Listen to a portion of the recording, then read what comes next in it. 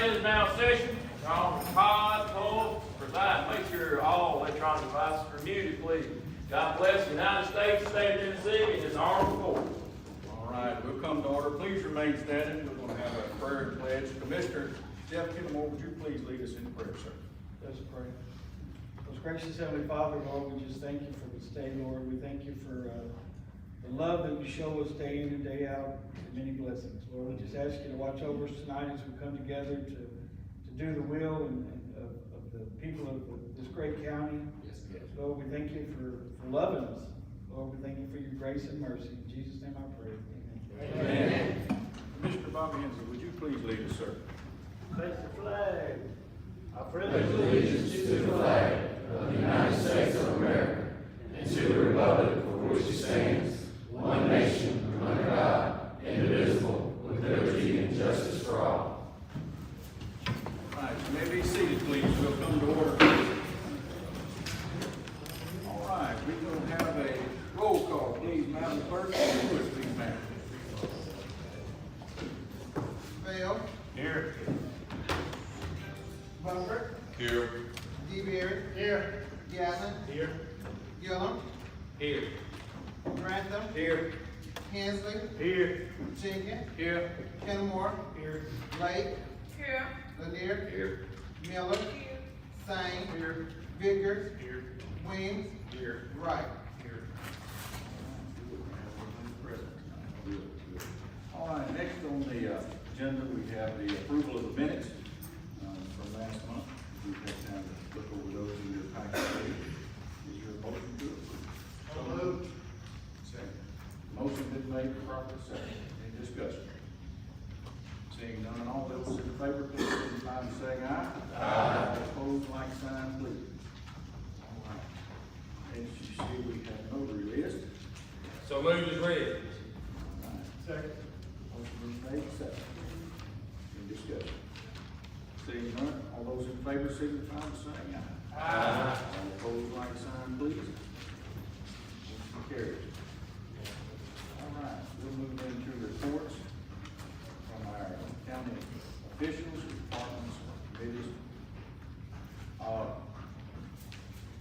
We're going to have, let's see, we'll go ahead and start with Director Ron Pearl for the amendment resolution and rezoning here.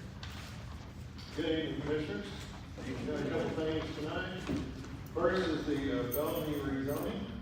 This is property at the corner of Highway 64 and Old 125.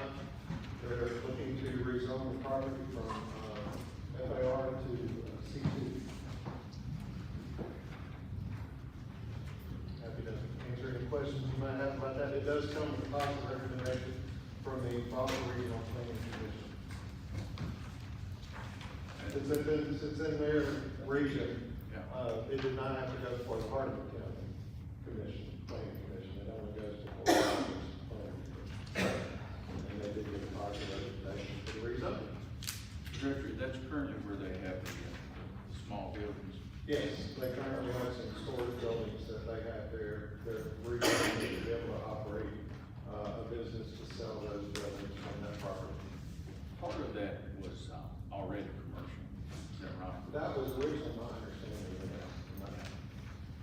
It's low, road goes back to the back, floods back. It does. It's in the floodplain.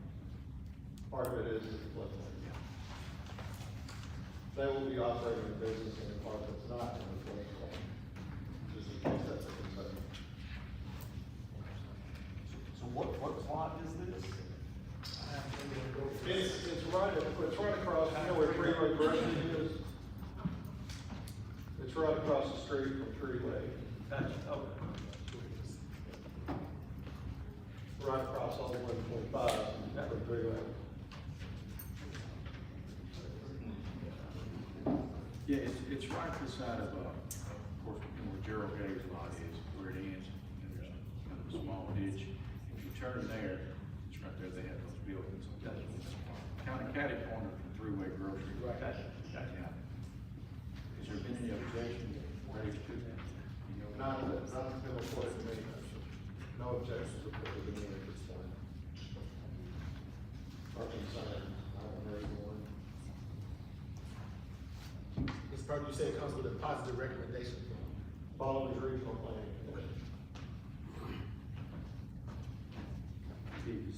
Director, do you have that lot size on that, how big is it? I think it's 1.61 or 1.66 acres. 1.6 acres. You said they were sale buildings, Storage building, small storage building.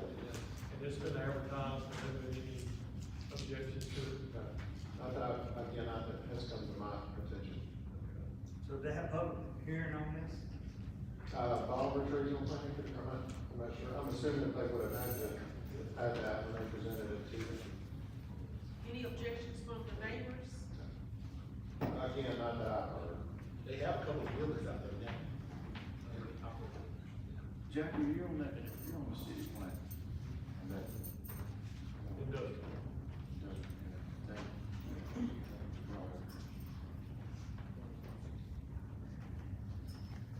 So you need a motion to change from FAR to C2.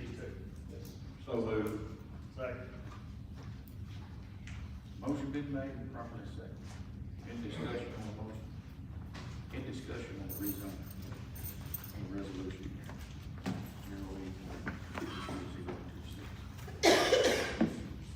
All right.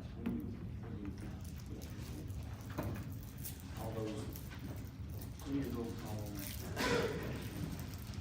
All right, all those in favor of rezoning, please signify by saying aye. Aye. All those opposed, like sign. All right, next one, please. All right, next we have a, text amendment for our zoning resolutions in regards to, the C2 district. We would like to put in standards, for RV parks, in that C2 district. And as a reminder, C2, it has to be off of an arterial highway, and it has, so Highway 64, 100, general state highways. And it has to have access to public water. So those are the two main things that deal with the C2 district itself. We did have initially we had some interest in a couple of people wanting to open an RV park. That's why Planning Commission moved to make these standards, because we could technically go ahead and put the RV parks in C2.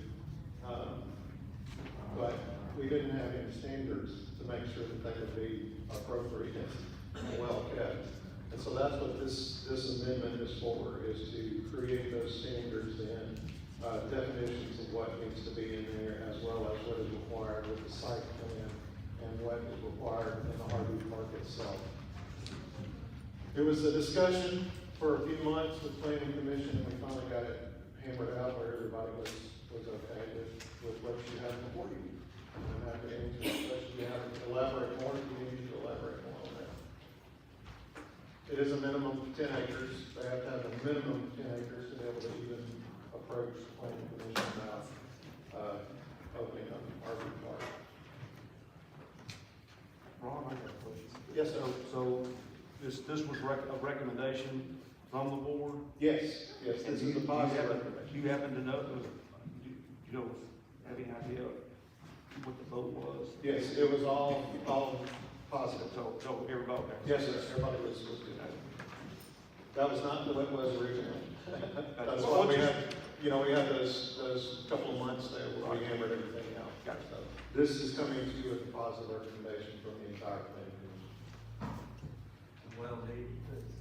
Yes, sir. Well, What was that, Commissioner? I said it's well needed, that need to be done. The RV. I make a motion that we, accept the, resolution to the amendment. Second. Okay. Motion's been made, properly second. Mr. Gallagher, is that second, please? All right, any discussion on the motion, any discussions on the resolution? All right, seeing none. All those in favor, please signify by saying aye. Aye. All opposed? All right, seeing none, motion passes. One quick update. talking with Mr. Matthews extensively over the last month, and they are moving forward. He found out just a week ago that the property that he was looking at buying is actually not zoned commercial. So he has asked the seller to go about the process of rezoning that property to commercial. They feel it was zoned commercial initially. I have not been able to find record of that, but that's what they thought. So they thought they were moving forward with it already zoned commercial and was ready to go. He is working toward that, so I feel that we just need, my personal opinion is, my recommendation is to continue to give him a little grace to get that worked out since he is actively working on it. And he has taken steps to make sure some of the cars that he has are registered, so therefore it's not an issue as far as the number of unregistered vehicles on the property. So, just an update on that. All right, thank you. Thank you. And ladies and gentlemen, I did get out of order here just for a second, I apologize for that. We missed our public comment section, and that is number 4 on the agenda. I apologize for that. And I do have someone that signed up, so of course we want to be respectful of that as well. And, Ms. Cranford, if you're still here. Okay. Come on up if you could, please. I made copies, but my printer apparently quit shooting out before the door enough, so you'll have to share like the students already. And I'm pretty sure that this will go over 3 minutes, so you'll just stop me when I need to stop, okay? But it's probably about 5 minutes. But I am gonna read because I'm nervous as a cat, and I can really breathe. Good. You have the floor. Commissioners, recently I sat down with one of you and discussed my concerns about our county's connection with Core City. During this conversation, it was explained to me that while our county does have ties to this private company due to their prisons operating on land in our county, you all cannot control what goes on inside the prison because it is, in fact, privatized. We discussed the lack of proper medical treatment provided to inmates, the unspeakable atrocities that occur behind those walls, the ridiculous amount of drugs flowing in to and out of that place. We touched on the mediocre salary given to men and women who attempt to protect inmates, staff, and civilians with an unsafe staff to inmate ratio. We talked about safety concerns for both correctional officers and inmates alike, and the reality that many correctional officers are affiliated with gang members inside. We agree that those officers pose a breach in safety protocols, endangering everyone inside as well as outside the prison walls. We talked about the alarming number of bodies, mostly drug overdoses and murders, coming from those 2 facilities in 2026. Finally, the question was asked, what do you want? What would you like to see happen that is within our control? What is it that you want from us? Because most of what you're describing is a breakdown in the family unit in our legal system. I've come to answer that question with a few questions of my own and to propose a solution or 2. Please know that I'm addressing you all from a place of love and concern. I've not come to attack anyone, nor do I wish to drag names through the mud. There's no malice in my heart or hidden motives of personal gain. God has given me a heart for the people, all the people of Hardeman County. He convinced me to work for the peace and prosperity of the city where He sent me, and to pray to the Lord for it, because its welfare will determine my welfare. And that's from Jeremiah 29:7. In doing this, He's also broken my heart by showing me the areas of brokenness, distress, and the injustices that need to be addressed. I'm by no means a Nehemiah, but like Nehemiah, I've wept over the walls of protection that have been destroyed. Now I'm asking you and every single citizen of the county to join me in rebuilding those walls by working next to others who are working to do the same. If you read the book of Nehemiah, when Nehemiah began the work of rebuilding, Others who lived near began to work next to them also. Before he knew it, some from the next neighborhood began working next to them. And next to them, more came to work, until it came full circle. When they were finished, it had only taken them 52 days to rebuild the walls around Jerusalem with a fraction of the technology we have today. What does this have to do with you or Core Civic? First, as one of you told me, your hands are tied in the areas of law and family matters. But you have an even more powerful weapon in your arsenal. You have the land. You all hold the power to reject or renew the contracts, which we just recently, unfortunately, did renew. What makes that powerful? By holding that power to reject or renew, you will also hold the power to play with their money, which is always the bottom line with a private corporation.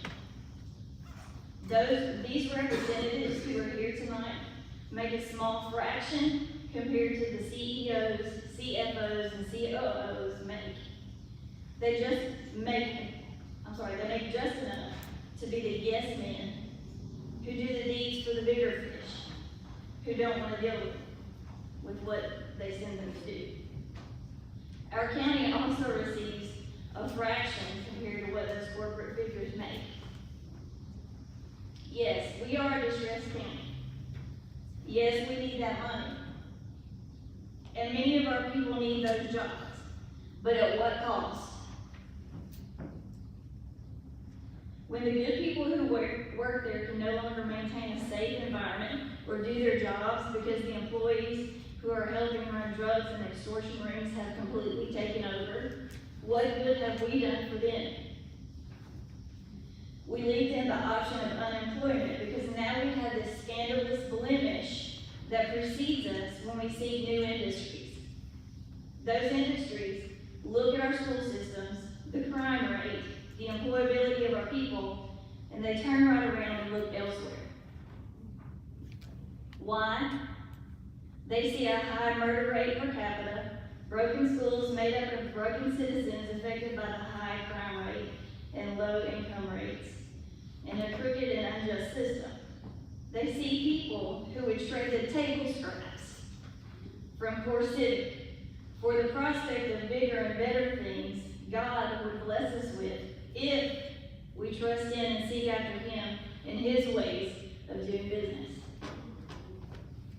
If the money we receive from them is such a small drop in the bucket, then what does it matter to them that they lose our business? Our business would not be the only loss.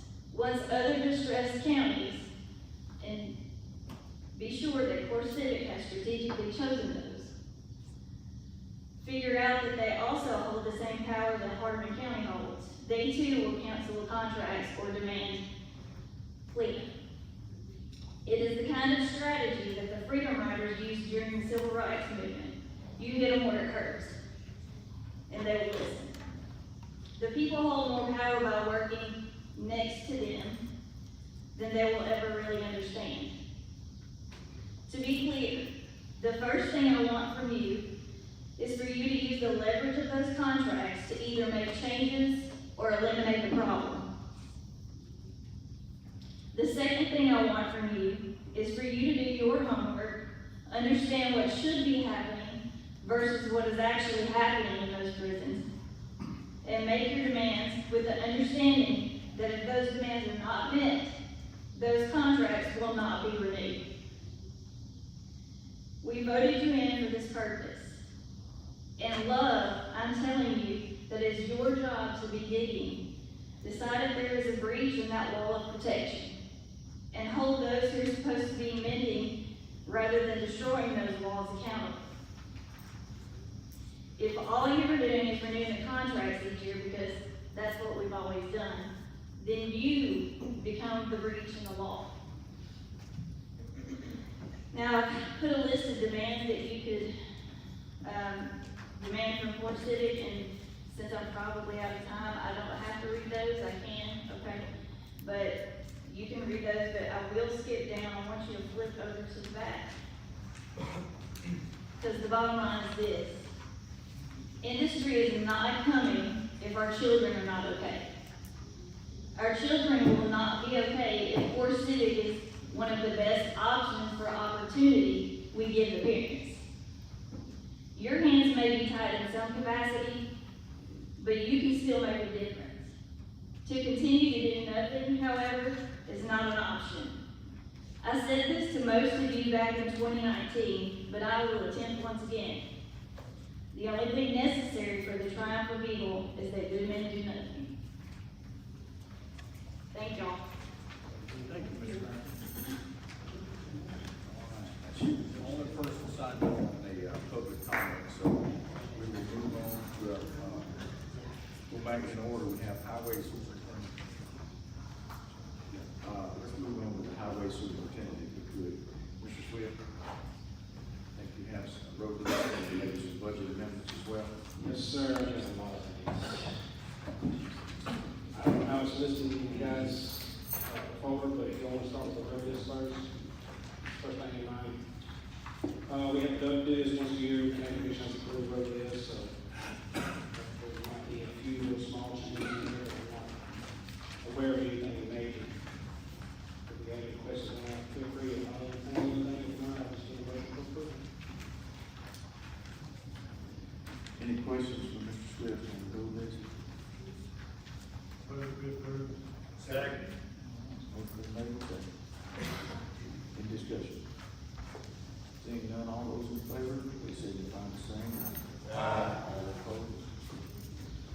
All right, the next thing I have in my packet is a budget amendment, and this will be a roll call vote. We actually bid out a chip spreader for chip and sealing purposes. And, the board, we've been talking about this several months, and, they wanted us to go ahead, wanted to go ahead and get one, so we bid it out, and this was the price, $477,919. It's a 4-month lead time on ordering it, but, I can't order it until I get permission to take the money out of our fund balance. Which we're, I think, at 5.4 at the end of this year, or at the beginning of this year. But, my board's all in favor of this, and that's why I'm bringing it to you guys to purchase the chip spreader. So, asking for approval of this budget amendment to take $477,919 out of our fund balance and put it into our equipment account to purchase the chip spreader. I may have missed it. Do we currently have a chip? We do not. We had an old one when David was here, but it was like 1970 something. We've been using tailgates on trucks. Okay. But it takes a long time. This is a variable head chip spreader where you can go out 22 foot. Yeah. All the way down 10 foot. But anything else? I'll make the motion to approve. Second. All right, motion been made, and who seconded the motion? Okay, John. All right, motion been made and seconded. In discussion. Seeing none, we'll move into a roll call vote, please. Madam Clerk? Bale, Yes. Buffer, Yes. D-Berry, Yes. Gallen, Yes. Gillum, Yes. Grantham, Yes. Hensley, Yes. Jenkins, Yes. Kennamore, Yes. Lake, Yes. Lanier, Yes. Miller, Sane, Yes. Bickers, Weems, Yes. Wright. Yes. Thank you, Commissioners. Another thing to touch on this, we've been talking also taking $1 billion out of the fund balance and spending it on chip sealing a bunch of roads for the next fiscal year, so we'll probably come back with you guys on that. Probably after Christmas, sometime like that, kind of start over, stockpiling stuff like that, so. All right, the next thing I have, well, that's chip spread. There was a thing for the chip spread behind it, if anybody's curious about it. We got the work proposal and quarterly report. We got state approval on those. If you have any questions on them, feel free. I think we touched on a few of them. Couple of things. You know when they're gonna work on the bridge? So that, You know when they're gonna start working on the bridge? Powell Chapel Bridge, they pushed it back to 2029. You know, they're actually gonna have it shut down next week for core sample. They're gonna be drilling the core sample. They're still doing work to it, it's just the physical rebuilding the bridges, and they start from 2029. They moved, same road bridge all that stuff on the same road bridge. And, they're starting the process on it as well. I mean, I don't see it taking place in 2028, but it'll probably get pushed back, like Pouch Apple Bridge was. It's all in the process. We're kind of third mercy since they're paying for the whole thing, and it won't cost us anything.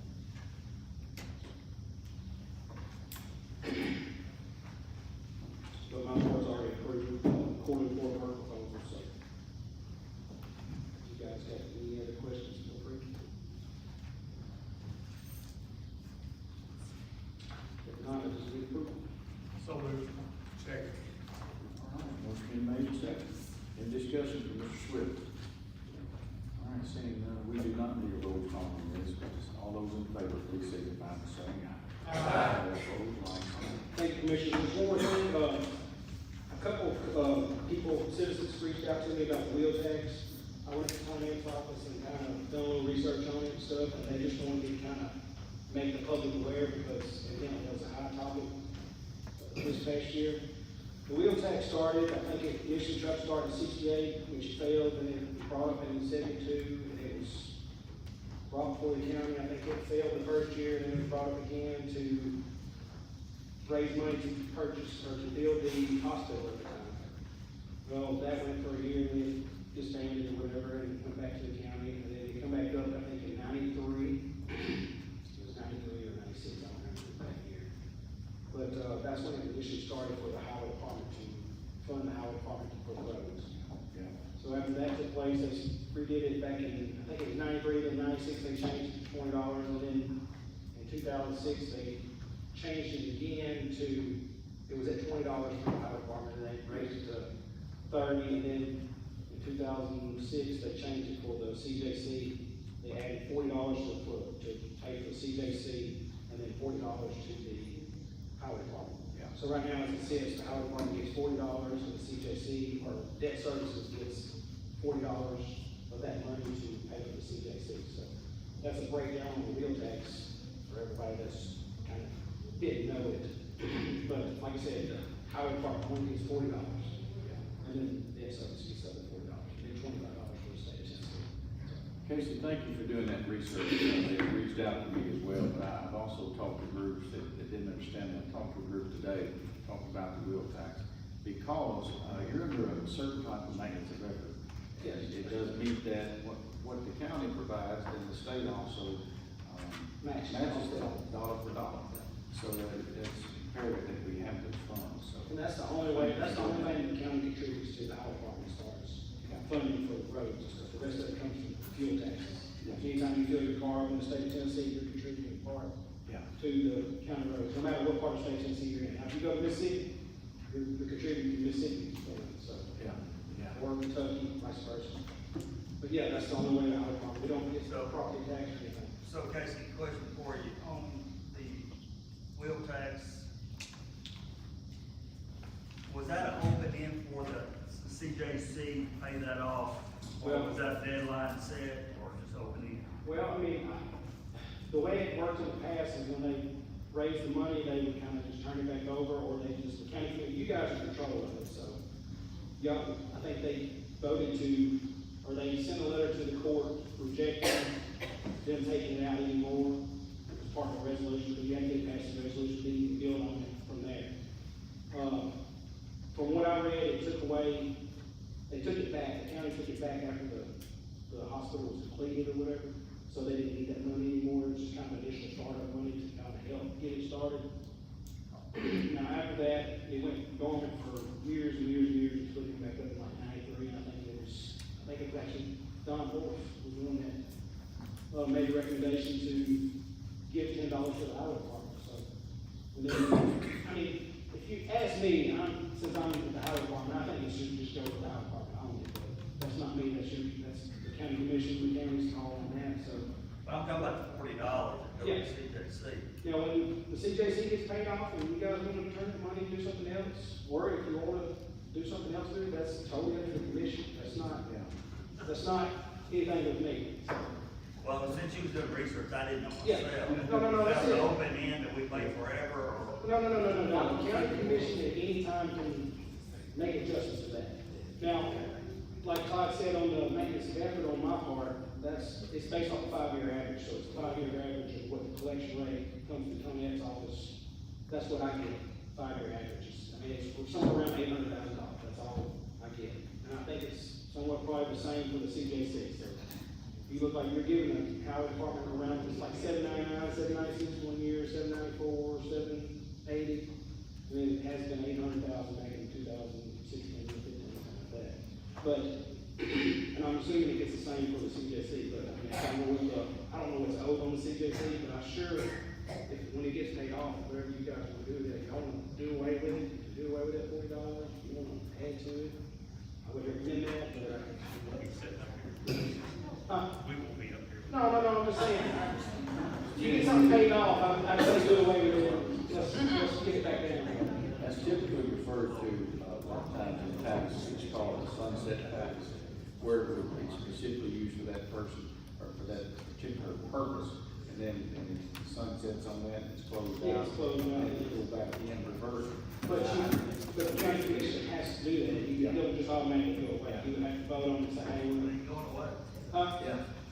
It's gonna be years, it's gonna be years. well, that's what I'm saying, 20 years from now, if it's paid for, and the county commission says, hey, we want to do away with this part of the wheel tax, that's the county commission's right. Commissioner. Yeah, question, I know it's been a busy summer for you on the right of ways, what's the status on that sprayer contract? Is that gonna be renewed? I know, I've seen him out spraying. He's actually spraying right now, he's finishing up the year right now. Okay, and then we'll have to renew that We'll contract again? redo that contract again, yes. Okay. Yeah, we'll bring it back up in, usually do our contracts in June. Yeah. So he may get another spring, and then we'll revisit the contract. You can go like 2 years, I think, you can just renew it, there's no change in the contract, Okay. so we'll look at that too. I know that's made a difference. Yeah, You know, it's spraying, obviously. Yeah, I mean, we're trying to promote the community grass, it's kind of staying right now, we're still getting around bush hogging, and there's still some places that need it, but it's helped us out a lot Yes. as far as bush hogging. Okay, thank you. In case I have, a question for you. Newsom Road in Whiteville, Yes, is that a county or is that a state road? that's county road. It's Did you get that email from the lady about the drainage, that was your thing?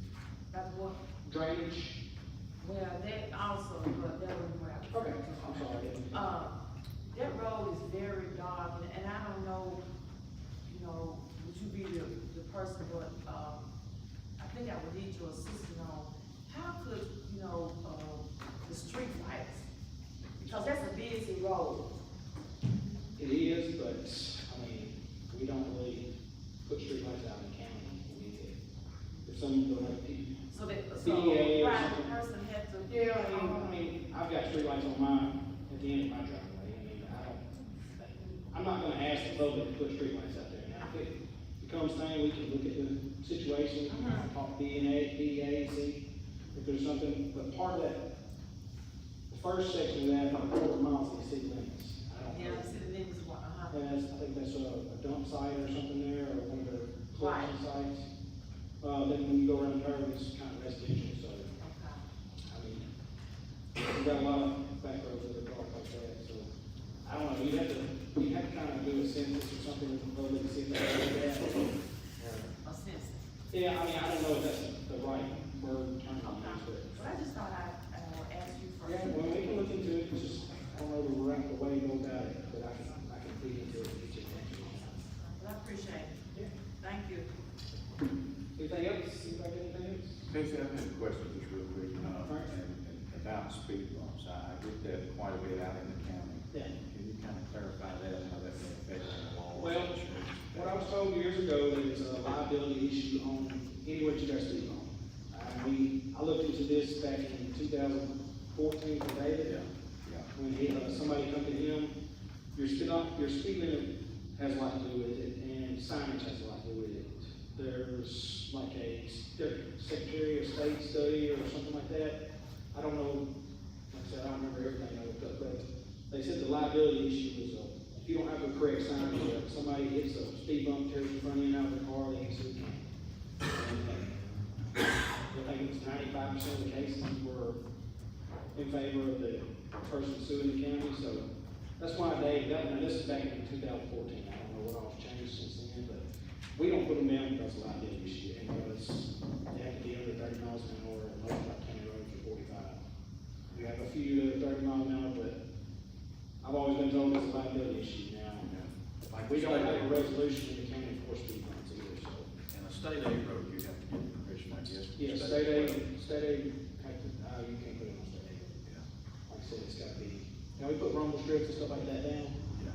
we can do that, but I don't know, I can check into it more, but I've always, and plus we gotta follow the NETCD guidelines of what you can put down, and what you can't put down. Yeah. Like there's certain signs you can put down, and certain signs you can't put down. Like a lady called me about four-wheelers or something riding on the road, I said, man, it's illegal to drive forward on the road anyway. It's kinda like these side-by-sides that are all up and down, they can only be on secondary roads. They're not supposed to be on main roads or anything over 45 miles an hour. It has to be under 45 miles an hour. But I'm not the law, so that's not my jurisdiction, I just know some of the regulations. But I couldn't put those down because it's not in the APTC guidelines. Like the children that pay, they won't let us put those down. Because they don't want to encourage kids to play in the street, because it's illegal.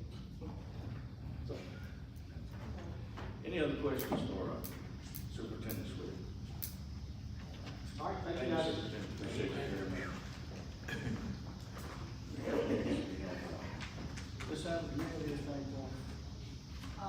Well, we've certified, moved on to the next section already, but I did want to clarify one thing. I had several phone calls right before the election, because on my website it said audit of the election. And what happens is a few years ago, they passed a law where we have to, on election night, we draw one polling location out of the bag. And we have to take all the early voting ballots, all the absentee ballots, and whatever polling location that was pulled from the bag that night, and they all have to be ran through the scanners again that were not used the first time with those ballots.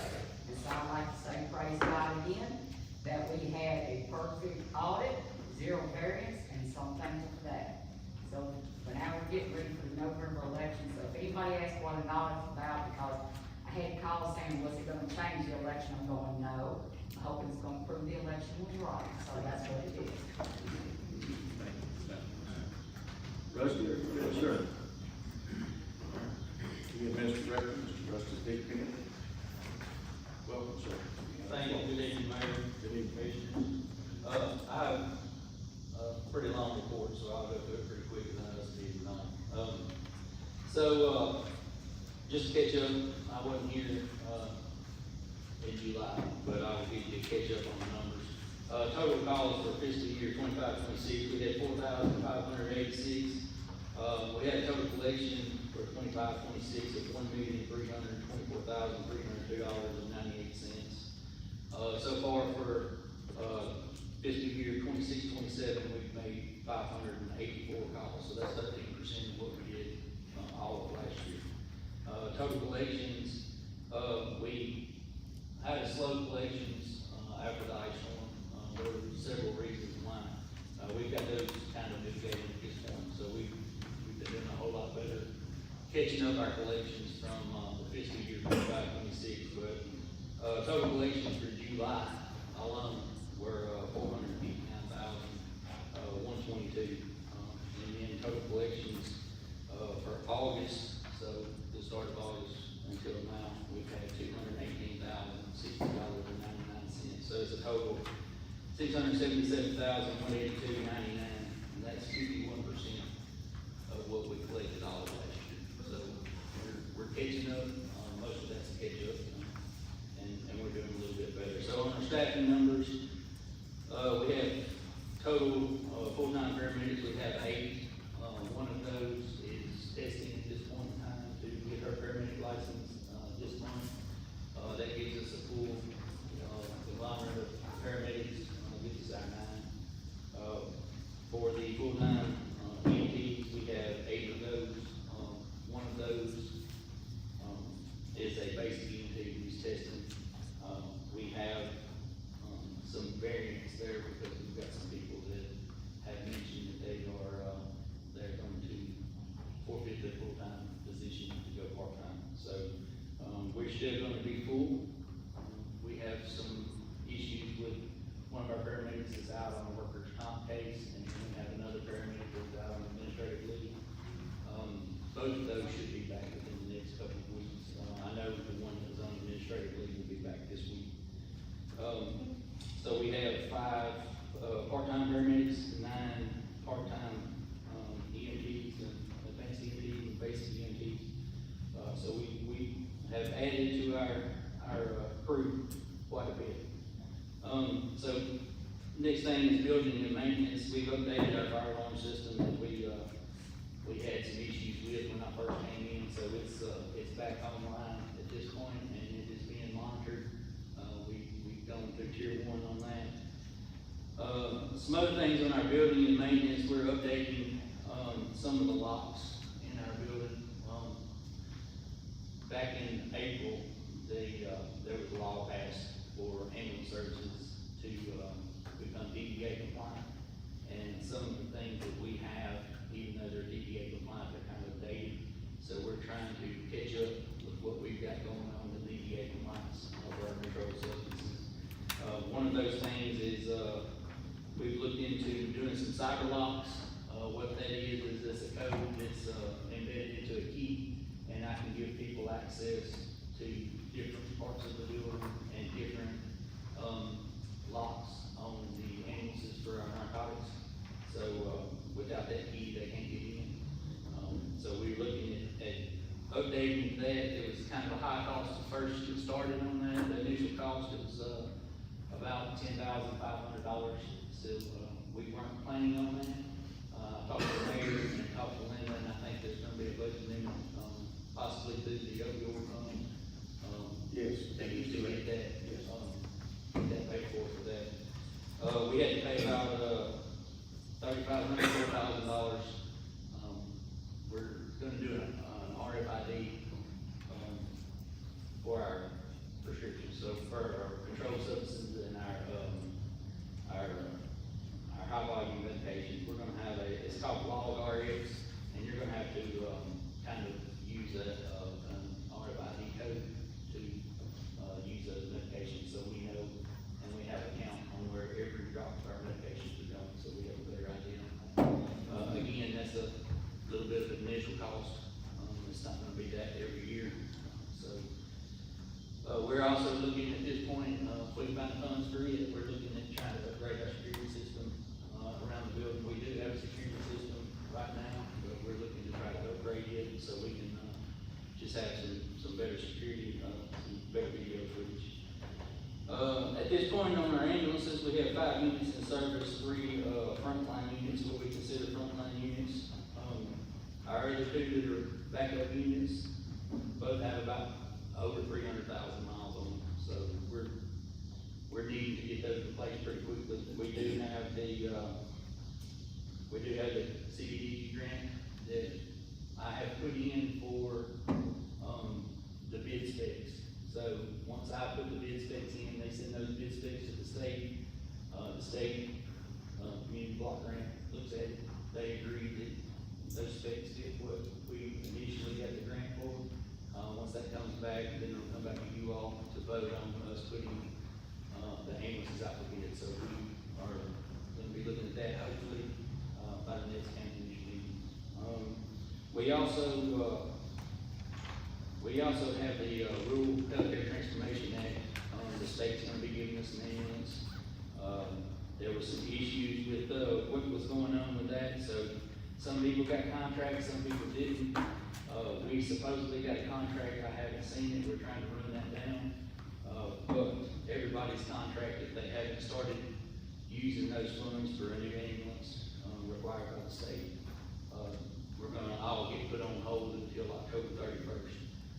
They're updating some of the verbiage in the contract, and with lead times on new ambulances, that kind of push back what the grants were gonna be able to cover. So they're looking at 28 to 30 months by the time you get a new ambulance. And so with that, you had a certain amount of time to get your grant in. And now with those lead times, they have changed the wording and all of that in there. So that should be coming out after October 31st. I'm waiting on our packet, to come in to find out if we can do any type of advanced drawdown for that, because we're a distressed county, trying to get it to where they pay for it up front, we're not out of pocket anything. So, and that's not being done on reimbursement, so we're looking at, doing that advanced drawdown. Once my packet gets in, I can look at it, see what we need to do. The state did say in one of the media messages that we were doing, they did say that was gonna be heard on a case-by-case basis, so once I get that back in, I'll let you know. We've decided on what the striping is for the director's vehicles, the Tahoe. We should be getting that done pretty quickly, but I'm moving that to a quick response unit. The one that our supervisor truck is right now is very, very dated, and I'm not comfortable with him driving that at this point, the emergency calls. So I'm giving them my Tahoe, and I'm gonna take over the F-250, and I'm gonna be driving it. I've got some ideas for that, for using it in multiple ways, but the F-250 that was given to us is probably gonna be the record vehicle. So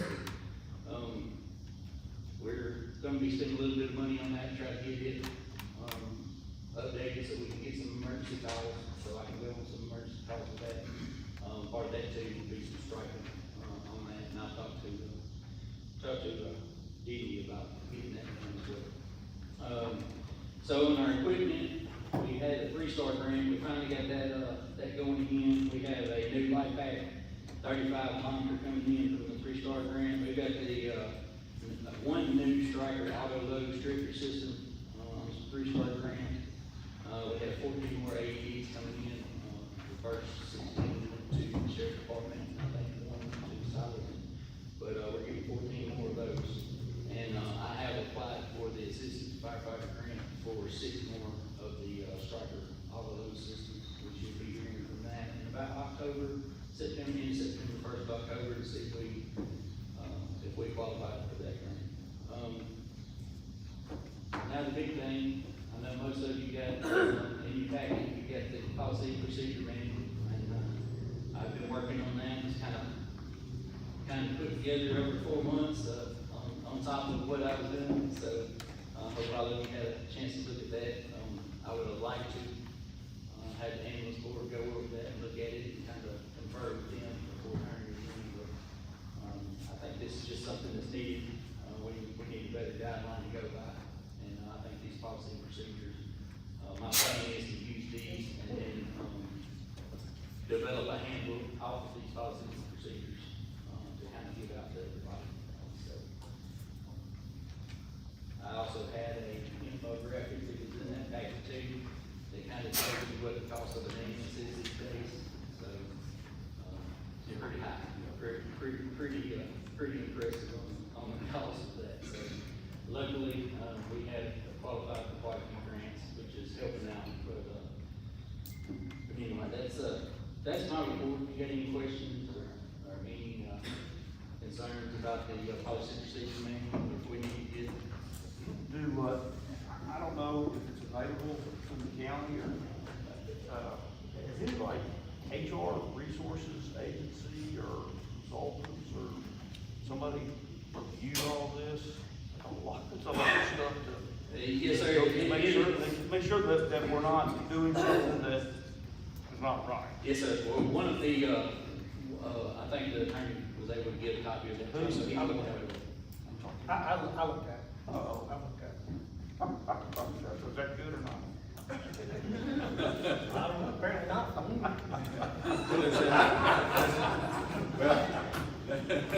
let me ask you, Dale, you have had time to review that policy? Yeah. Do we have an HR people here on staff in the county? I mean, is that something that would make sense, that would make sense for them to look at? I mean, I'm not saying that something's illegal, but I'm talking about just as far as. Sure, doesn't hurt to have as many people as you can get. Right. Okay. I mean, to me, it would make sense to avoid a problem or a potential problem, to just make sure people have reviewed it that do that. Did you say your board did or did not go over this? This hasn't been turned to the board. The only people, that this went out to is the mayor and, then you all and the attorney. So, Plus, Commissioner, we'll have a new, we got established the new, pardon me, the new boards, new committees, next month as well. We'll have some new on the ambulance committee as well, so. So where do you wanna start this policy? Well, are you asking, do we need to table that until we have is that a motion that you're saying that we need to have the ambulance committee? It would make sense to me HR. to let the new ambulance committee be involved in it, and as well as, and let them make the decisions of who reviews it, but that's a lot of paper. And to make certain that we don't have something that might not be a good thing for the county, as well as for the individuals that work. if I may, just a second. So, yeah, I agree with you, there's a lot in there.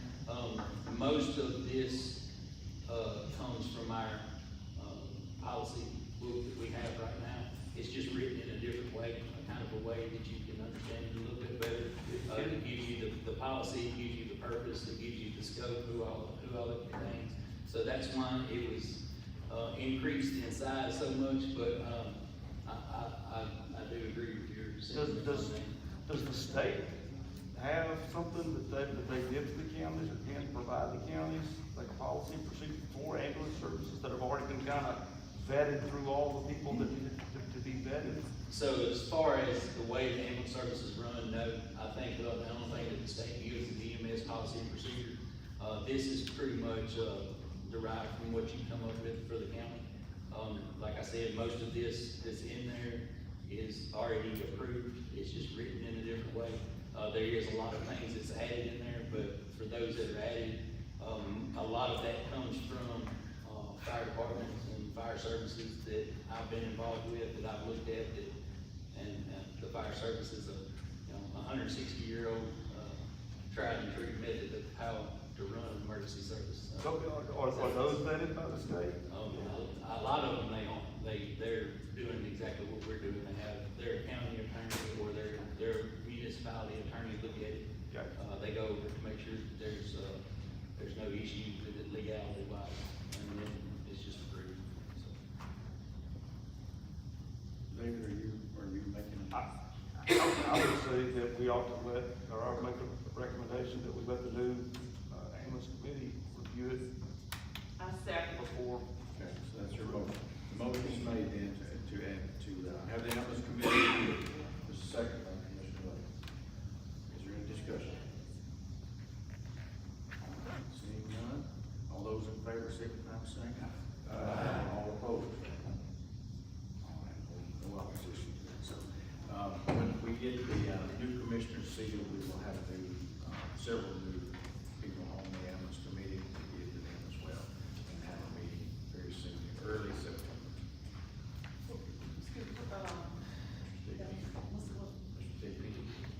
I totally agree with you because every department, should have a, policy and procedure manual in place.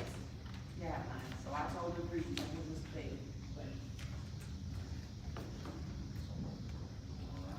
Anybody else? Thank you very much. Thank you, Greg. Hey Rusty, I'd like to say thank you for your hard work. Appreciate it. Yes, sir. Now go ahead and, our last one, before we have anything.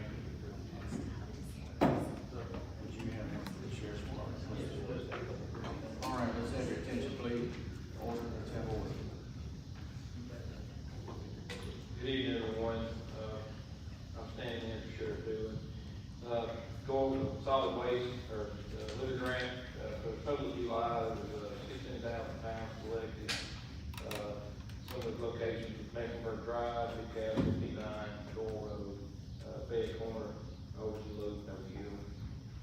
Let's see, year to date, we just started fiscal year, August, we had 10,100 pounds, so fiscal year, July, August, we had over 26,100 pounds.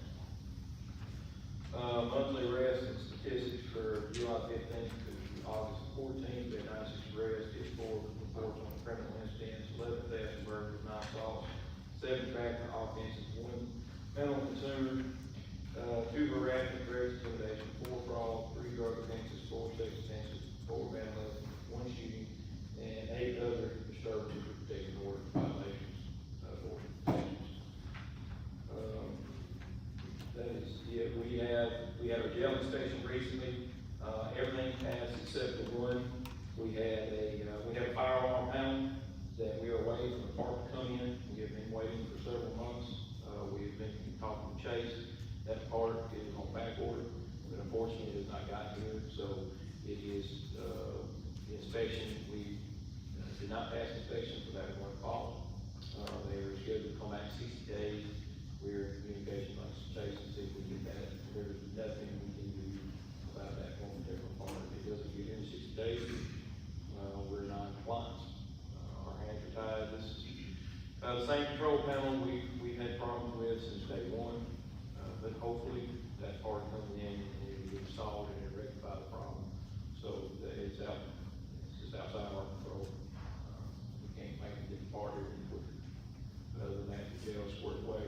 It's just that one area that keeps us proceeding later on. I know we had a couple of us, any questions about that?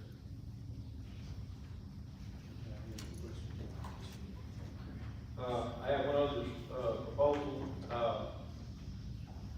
I respectfully request permission of this legislative body to award, give, or sell, our sheriff's service weapon to him. He carries this weapon every day. It is signed a token of appreciation. Sheriff Dillon has dedicated a total of 27 years of service to the citizens of the county. Of course, 16 of them was as a sheriff, 10 years for Whitehall, small stint really. We've done this in the past, continuing employees. The most recent was Mike Stillett. Mike Stillett retired with 30 years of service. Like I said, this service weapon is in the sheriff's. There's a minimal cost to go with it. I'm not gonna say there's not some cost to go with it, but, it would, on behalf of the employees, I would like to present that to y'all to authorize, y'all don't want that authorized to do this, and authorize to, allow us to give or sell for $1, whatever the auditor says we have to do, and let Sheriff Dillon take that with him into retirement. I'm open for any questions or consideration on that. I appreciate it. Any questions for Chief? We need to, a motion. Sir? Do we need to make a motion on that?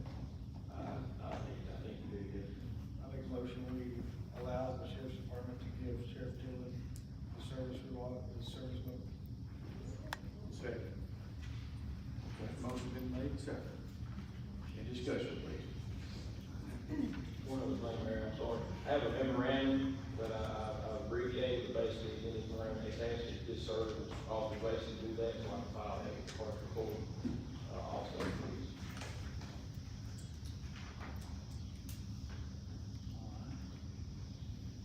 Is there any other questions or any discussion? All right, we have a motion on the floor. Let's your hands, see what you're holding up. You may have to make a motion to surplus that item and take it out of the surplus and rec. That's a problem. Okay. Mr. Conley, let's Declare the surplus. I amend my motion to make it, whatever the word is, surplus. I'll surplus. All right, then there is a second, there's still a second on the floor. Are there any more discussion? Seeing none, all those in favor, please signify by saying aye. Aye. All opposed, please. None opposed. Thank you, Chief. Thank you all, appreciate it. Thank you. All right.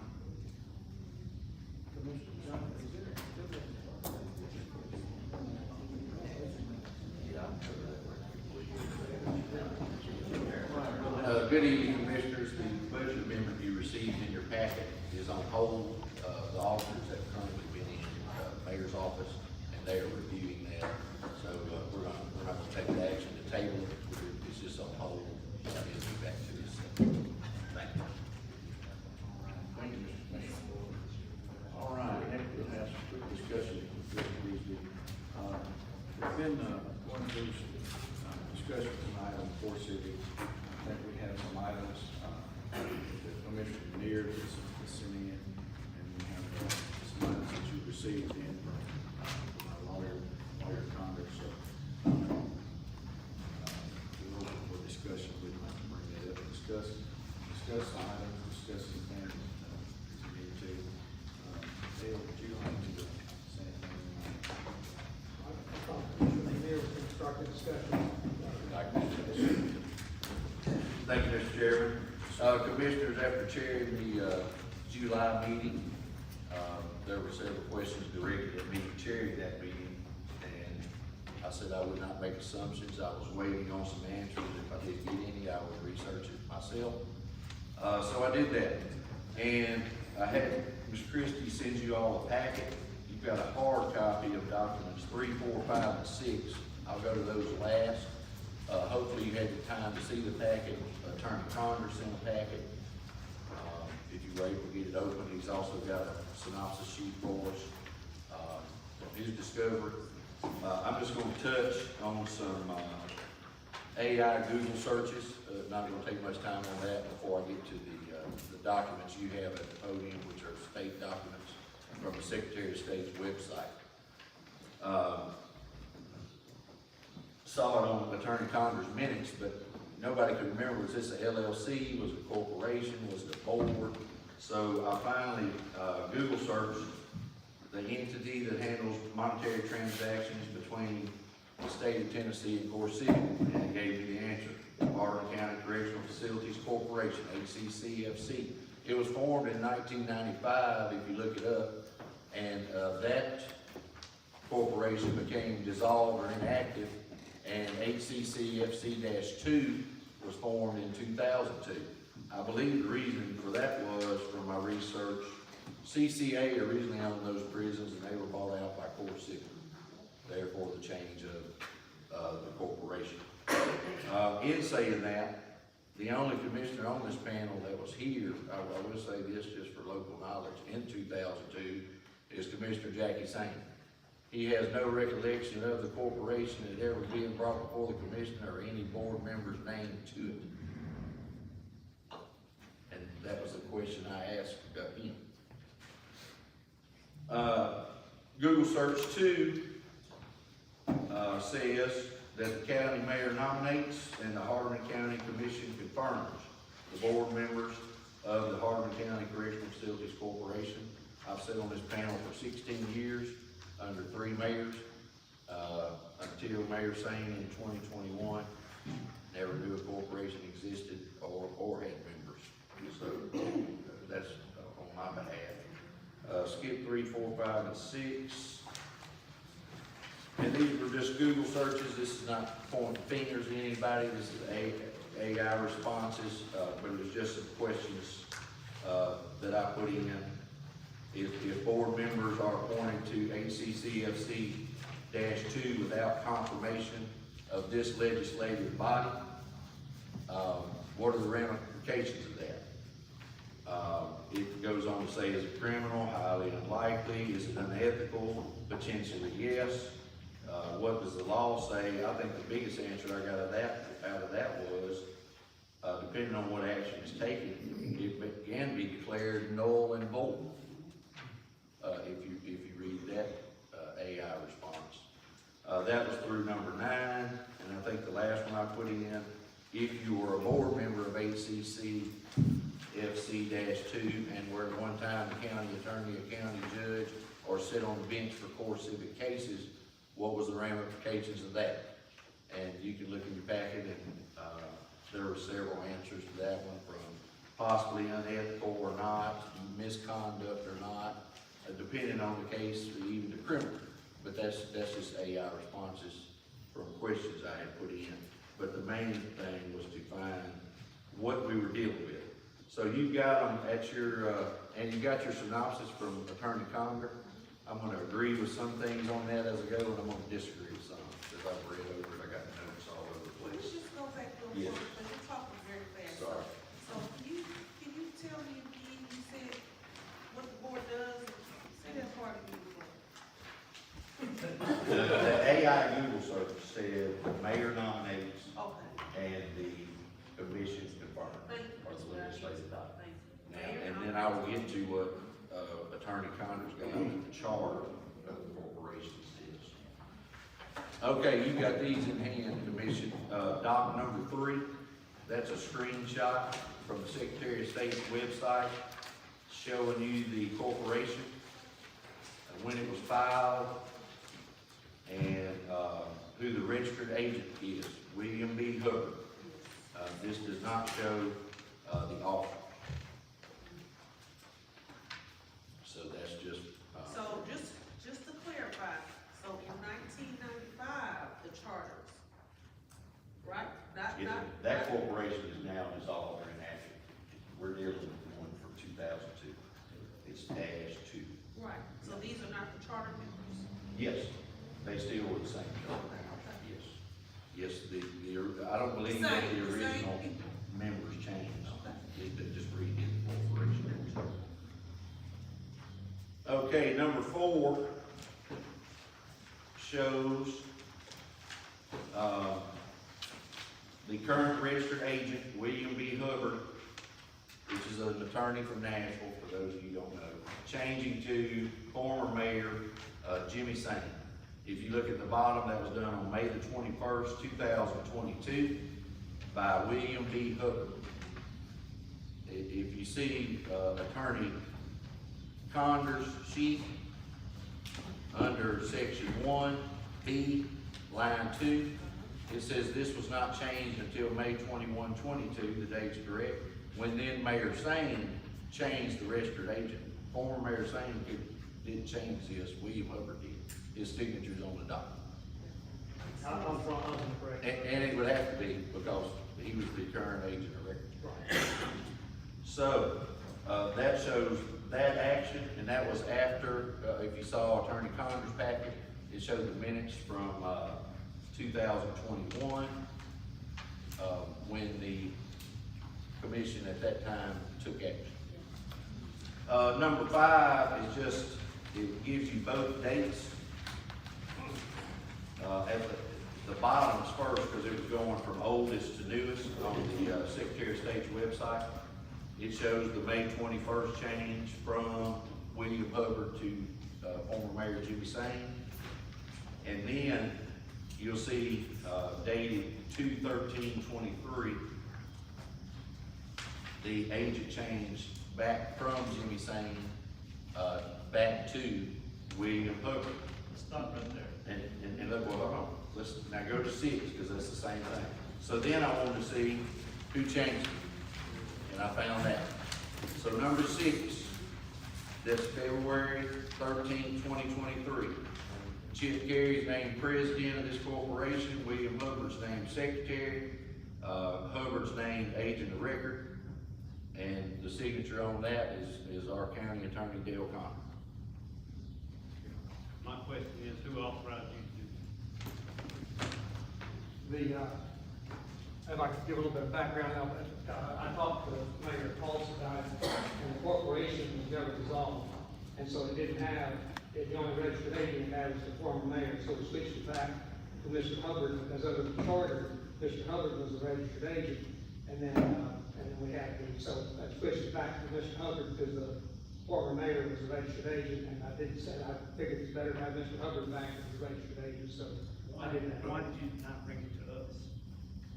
Because it's just a matter of putting making a change on there, so you have a registered agent for the corporation.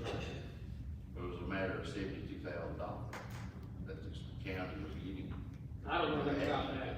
I don't know anything about $72,000. And also the charter says, on your, section 1, line 2, gives power to appoint the board of directors to the county commission. That's The right. mayor has no official role. That's right. But it was not brought to our attention at all.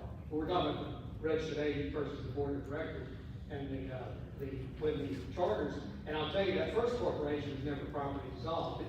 It's dissolved administratively by the Secretary of State, but it's not been properly dissolved, because that first corporation owns the property where the Hardeman County Correctional Facility is. Right. And so, for that to be dissolved, that property would have to pass to the county, and that's never been done. But I can stop you on that too.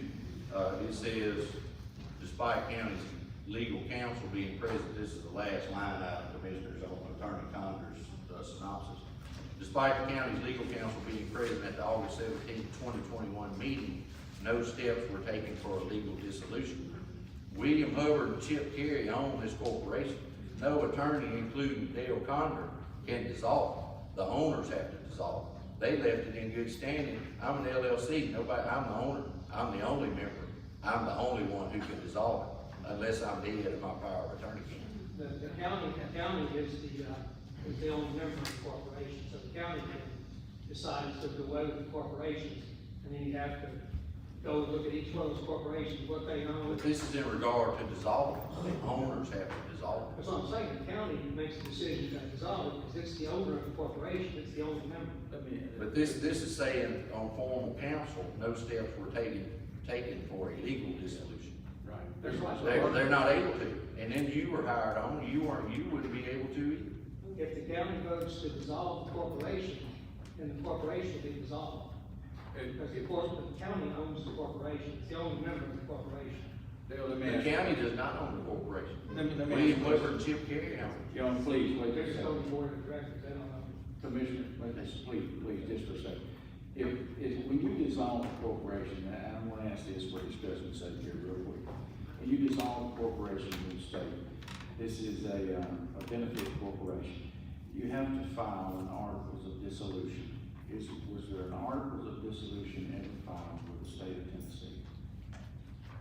No, not in the corporation. All right, so, and of course, I had a question too, and I will then give my time, of course, to Commissioner Neal. But if it was thought to be dissolved, let's say if it was voted on to be dissolved, and it was a vote taken in 21, why was Mayor Sain's name put on as a registered agent of a corporation that didn't exist? How did that happen?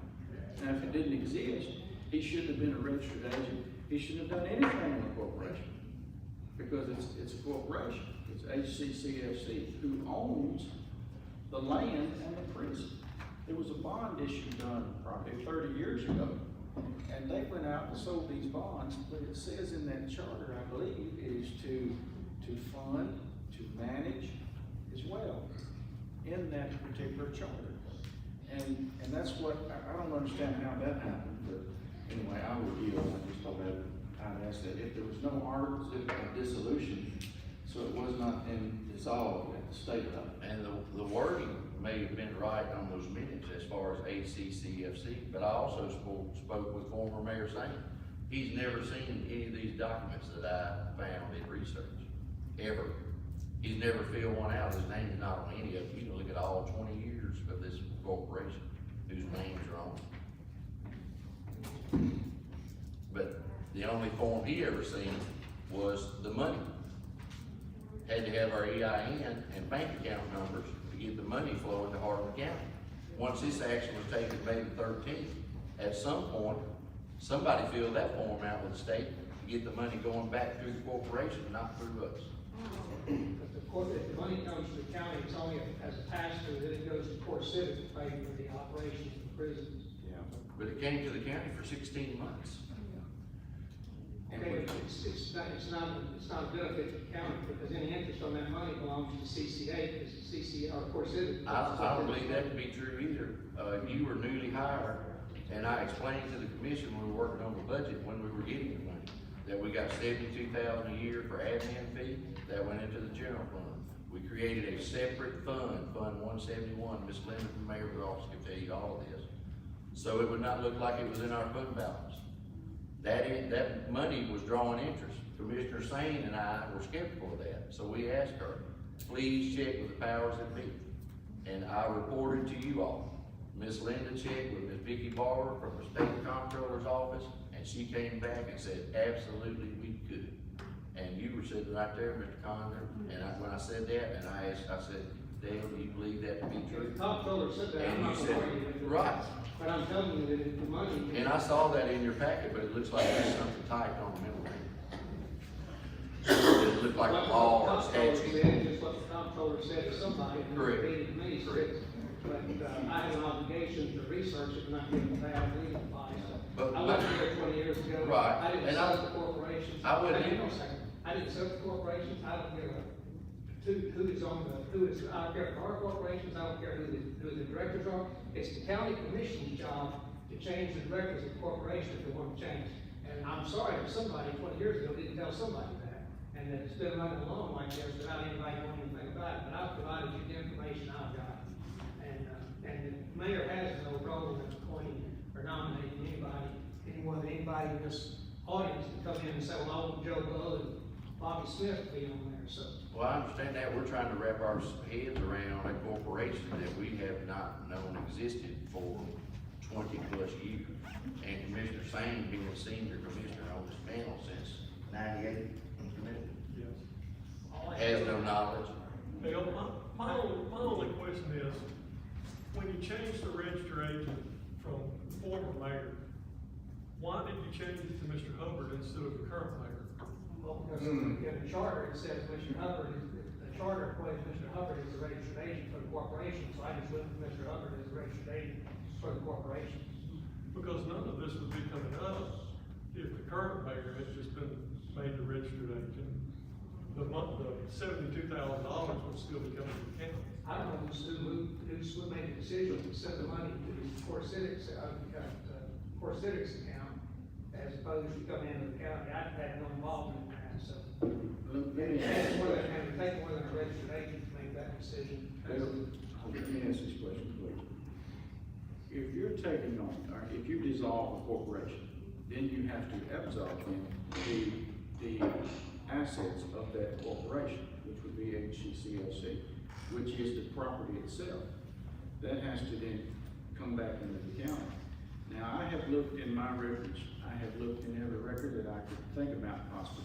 I don't have any type of substitute contract in the state or from any other entity to say what our responsibilities are if we were to take that over for a contract. And contracts are very specific. I have to have that to say, you know, if I'm gonna accept money, I especially wanna see a disbursement order. And I understand now they're doing it on on EIN, do this type of thing. But there is a difference. When I took office in September, I guess it was late September, maybe early October, the prisons had asked about their money. I said, what money? And it hadn't been paid before I came in for a few months. So, and that's easily, you can look that up, you can look it up through Sandy's office. I don't know why it hadn't. Because usually if something's gonna come in, it has to be shipped right back out. So it was sitting there. We finally had to get that straight. We had to meet one of the representatives at one time to actually transfer a paper check. And then paper checks. I don't think that's the way to do it now. It's of course up to the board, of course up to that. But you have to realize if you, and this is just my opinion, if you're taking over the assets of if you're gonna dissolve a corporation and take their assets because of that pass-through funding, does that put you in any type of liability situation, as we've heard from Ms. Cranford, what she was talking about? What happens if the prison, if those two facilities is because if our name goes on the deed as Hardeman County, which it's not, the deed to that property is in the corporation's name, does that put us having a liability position? You know, and it may, and I'd like to hear the legal opinion on that. I just think it's better if we don't, if we go after, I think, probably tax money or what they've just done with it. I simply went to them and talked to them and asked them about this other part with the 911, and we just did a resolution for that. And I think that helps the county out for that part. But you know, I have to hear the will of the commission, but I'm wondering about the liability situation. That depends on how the contract is drafted. Right now, CoreCitics holds the county and the corporations, holds them harmless and pays attorney's fees and any costs that come up with litigation arising out of the prison. That's why when you have a case against the prison, Nathan Tilly handles it. CoreCitics hires Nathan Tilly to handle it, and he defends the prisons, and the county is usually dismissed from those. Now, that's a separate contract. That's not a state, that's a contract between the Core Civic and the HCCFC itself. HCCFC requires anyone who contracts with them, because HCCFC puts itself, says it's gonna hold the county harmless and indemnify, pay attorney's fees, but then it requires anyone who is a contractor with them, a vendor with them, to do the same for the county, so that's how it gets to that point.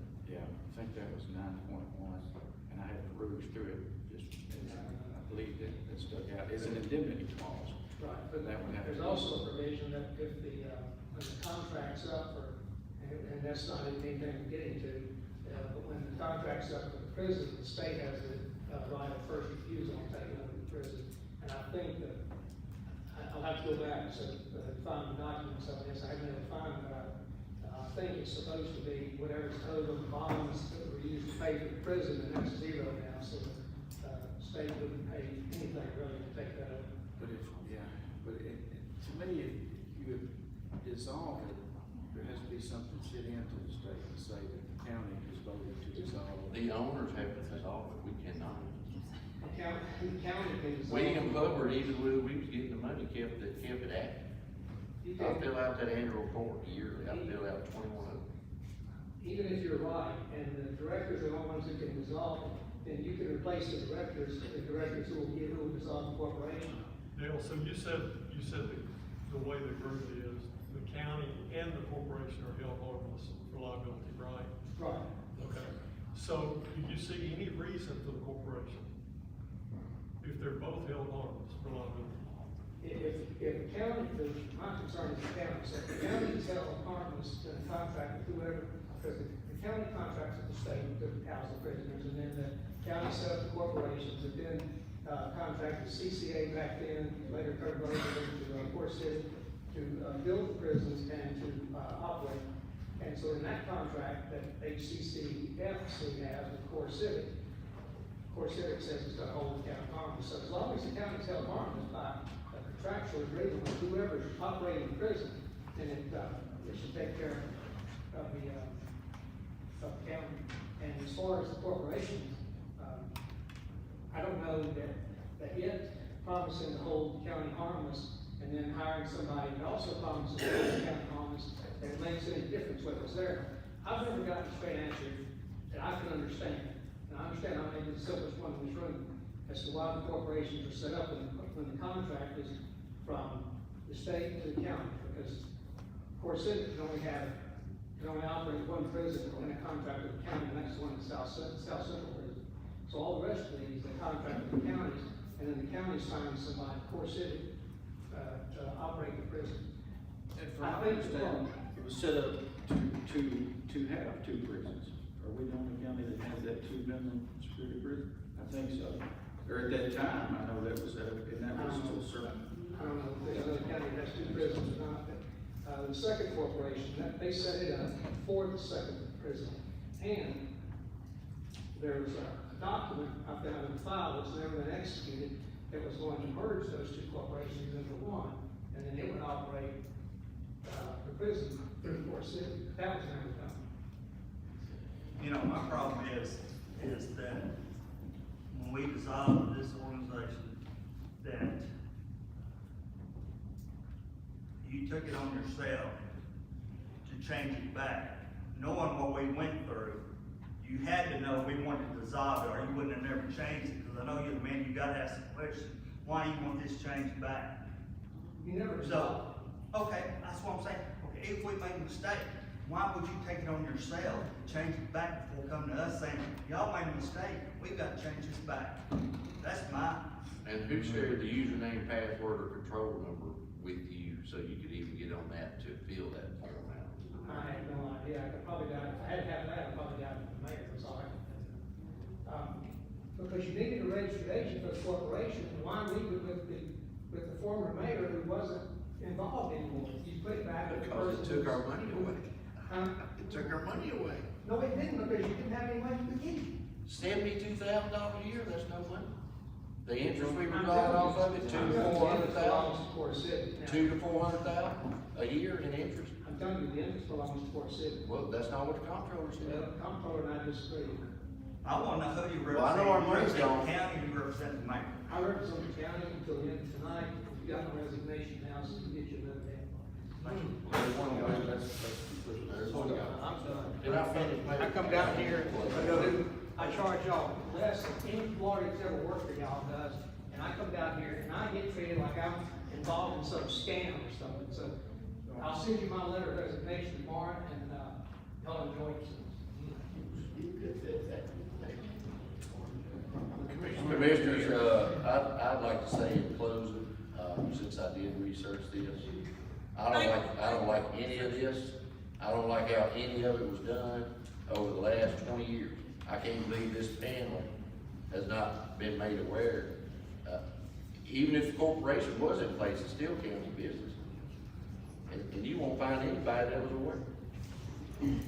But I can promise you this, there are many sets of eyes reviewing this information. I'm not gonna say who all those eyes are, but it's pretty much any or every state law enforcement agency or office with the state of Tennessee that would look into the nuts and bolts of this corporation, how it works, tax records, financials, etc. With also the U.S. Attorney Mike Duncan's office has seen it as well. And I am expecting people to be back in touch with me. Commissioner Mayor. Yes, sir. When, you know, you've been on the budget committee, when that $72,000 stopped coming in, how was that not noticeable immediately? It was noticeable, and, I believe Commissioner Sanger, remember, we knew the money stopped coming, and the mayor just said the state wasn't doing that anymore. Nothing was said about it forward. We didn't question it. So it either just went away or went back on? And that's why I said in the July meeting, we cut the interest, revenue income line item by $600,000. Now, media asked me, you know, I can't find that much. I said, that wasn't how much we drew in interest. That's what we cut. And I would say the interest would equate from anywhere from $200,000 to $400,000 in a year. All right, let me say this, we asked them, when I talked to Forest City, I said, look, we need some tax money. You know, if you remember, that's what we mentioned here before, said that's what we would get in tax money. So that's where that came in. That was substituted, we said in the budget. And also, Mayor, moving forward, it's my hope if we don't need the corporation, if we find that out, that it's not needed anymore. It may have been at one time, there's no idea it existed anyway. Trousdale County gets an admin fee of $300,000 per year. They just got one for you. So I think if we, down the road, if we get rid of this corporation, which we already did, we can negotiate what our admin fee will be and get to the bottom if you can draw interest on the pass-through money. I mean, the Attorney Congress said, who's gonna question the comptroller? We called and asked to verify, so we didn't get in trouble. Nothing else we can do but ask. I was asked by CCAS, said, why would you, and they just asked it, we were talking about it, said, why would the county be in the business of that when do you accept pass-through money from other corporations? And as far as my knowledge, we don't. But, is there any, Commissioner, you raise your hand? There's been a lot said, but I was wondering, if Trisdale, is the system working for Trisdale? The Tennessean had some interesting comments on that. And I think they're trying to get out of that particular system, but it was, from what I understand from years ago, and I will say this, there are former mayors that did know about this. I don't know what Mayor Sanger did and didn't know, but I know what. Well, there are 9 commissioners that knew. Well, it was set up with former mayor Don Cliff, when that was before your time, Jack, I suppose so. But just to make a point real quick, but Trousdale, from what I understand, it's not working out very well. It's not working. Okay.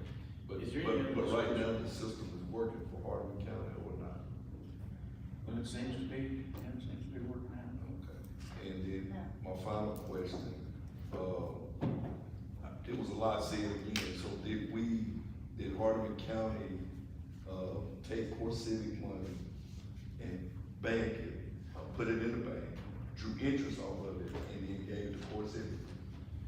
Well, no, we got the interest. You know what I'm saying, we got the interest off of their money, and then gave it back to them.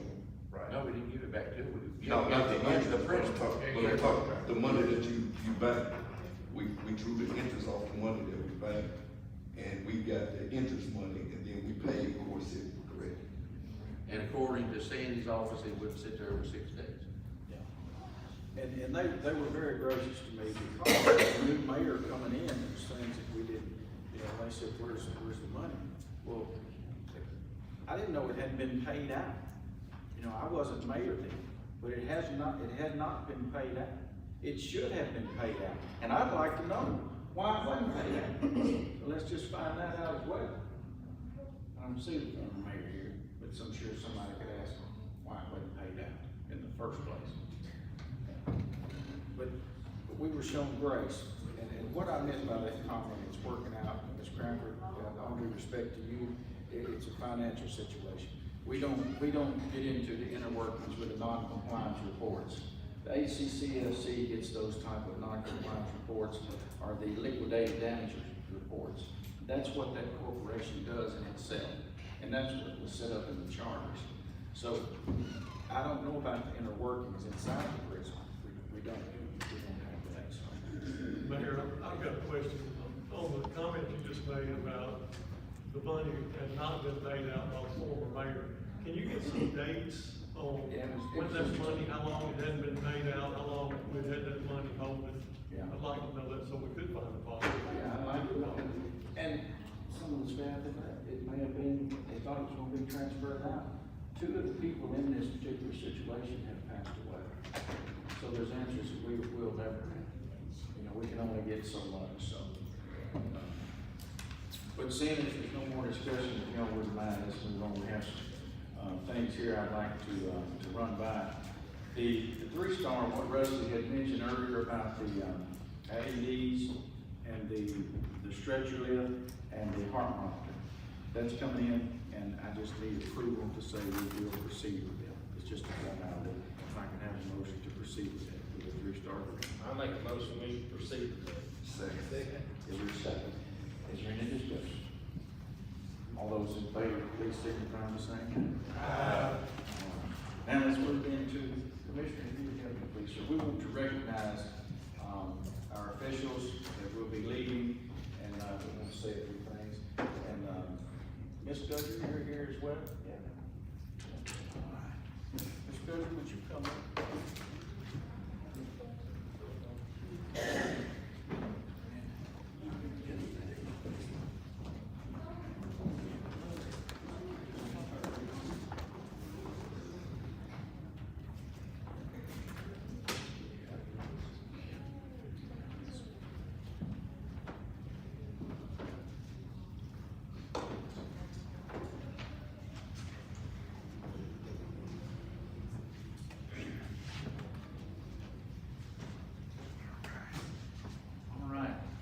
As y'all know, Ms. Gudger is our Hardeman County Circuit Court Clerk.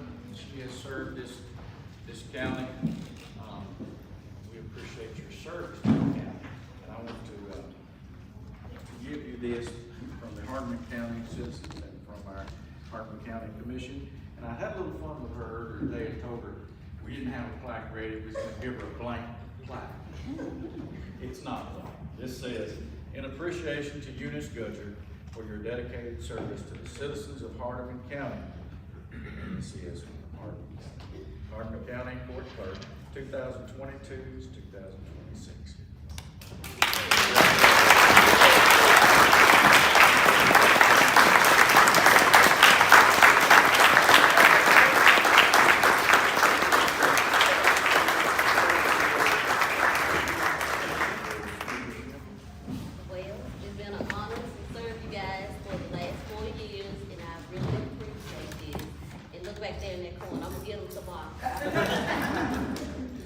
They knew about it. I know Nikki knew about it. Thank you, Nikki. All right.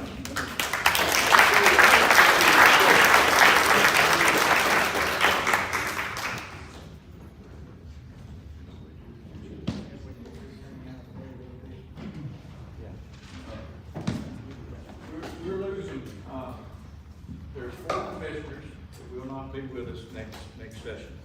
Starting our new legislative session, September 1st, of course. And, I want to see if Ms. Bethany Miller would come down.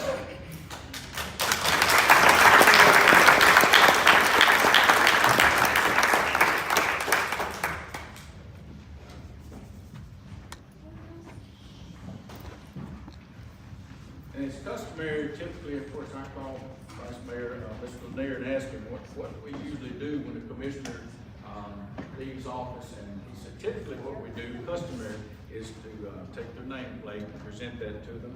So we want to present this to you, and then certificate of appreciation in recognition of your dedicated service, Bethany Miller. Presented with sincere appreciation for your commitment, leadership, and service to the citizens of Hardeman County. Your time, dedication, and willingness to serve have made a lasting contribution to our county and to its communities. Congratulations.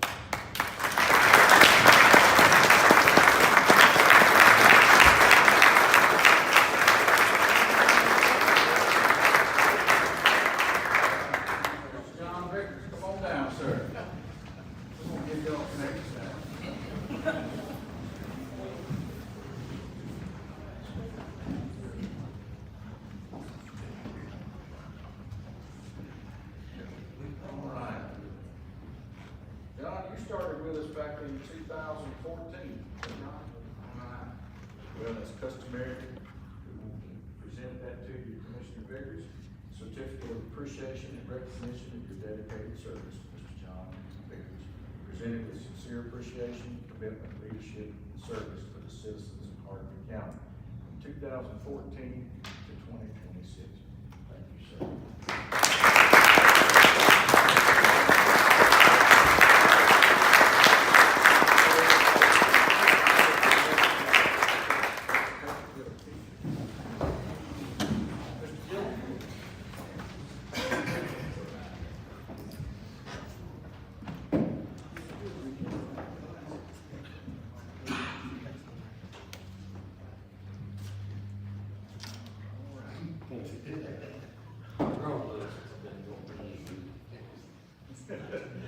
Certificate of appreciation of you, sir, and in recognition of your dedicated service. You started in 2018 to 2026.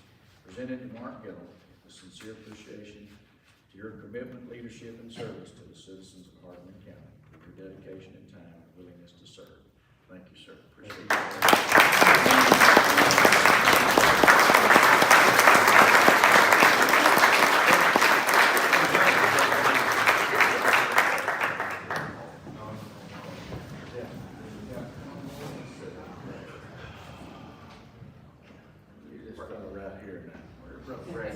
Come on around here. All right. Brad, we want to present this to you, certificate of appreciation to you, sir, and congratulations to you for your service. Certificate of appreciation, recognition of your dedicated service, Brad Crampton, presented with sincere appreciation for your commitment, leadership, and service to the citizens of Hardeman County, for your time, dedication, and willingness to serve. And I appreciate your love. Thank you, sir. Appreciate it.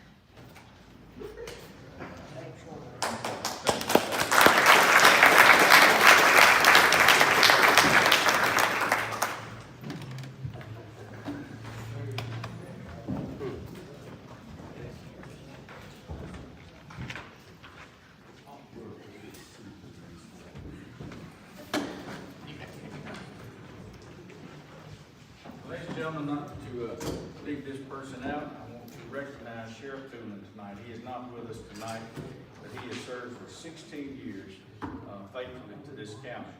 We appreciate his service and dedication in the role of sheriff and all of his years in law enforcement. And we thank you, and we will make sure we get the flag and his place there too. So again, I'm going to give a round of applause to Sheriff.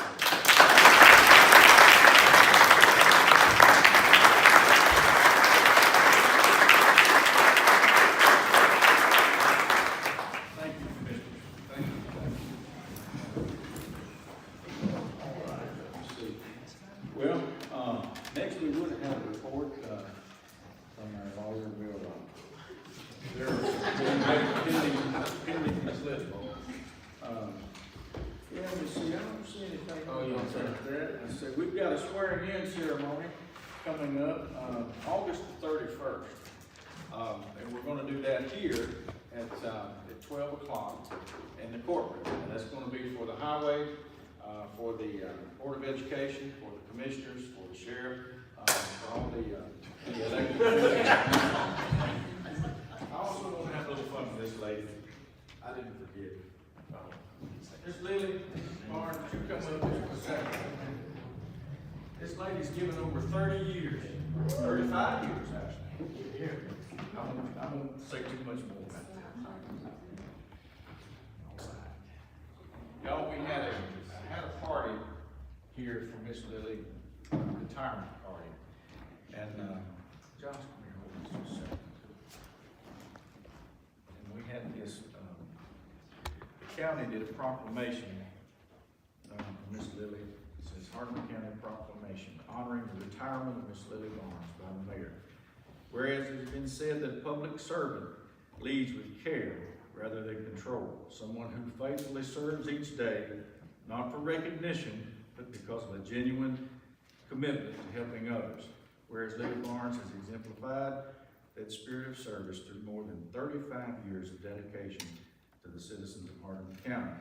Throughout her career, county clerk's office, the trustee's office, and during her 28 years as elected register of deeds, Lily has demonstrated unwavering professionalism and integrity. Lily, I want to present this to you. We're grateful for you. There's a few more whereases, but you are a true servant of the people.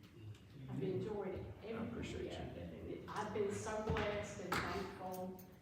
I mean, I'm excited, looking forward to retirement, and but I'll always be around if needed. And it's been wonderful, and I just have felt so blessed that I've been able to serve with. You're my 5th county mayor, my last one. But someone asked me one day, maybe Josh said, or no, it was Melinda, I think, said, well, who's your favorite? And I said, well, I'll tell you one thing. I've never had a crossword with any of them. Sometimes we had to agree to disagree, but that's okay. That's what, working together is all about. I think I have to thank the commission. The commission's been awesome. Anytime I've ever needed anything, they've always been so helpful to me. I think Jackie and I started at the same time, and so it's been an incredible blessing to serve the people of Hardeman County. Mark is excited. He's gonna have some new energy in there, and it's gonna be good. He's been in the office once already, and he's coming back next week, Monday and Tuesday. We're gonna do everything we can to make just a smooth transition for the people of the county, but it's been wonderful. And I said I just wish everyone could have a job they enjoy as much as I've enjoyed mine. And thank you, it's been a joy to work with you as well. I want to say that you're a dedicated wife, mother, grandmother, community volunteer, and faithful member of Hansbury Baptist Church. You reflect the same spirit of service in personal life and as you have throughout your career. So we want to present this to you. Y'all would, and then this one is from the state of Tennessee. It was read the other day, so she has 2 proclamations, and we appreciate appreciate her very much for her service, and y'all, let's give her a round.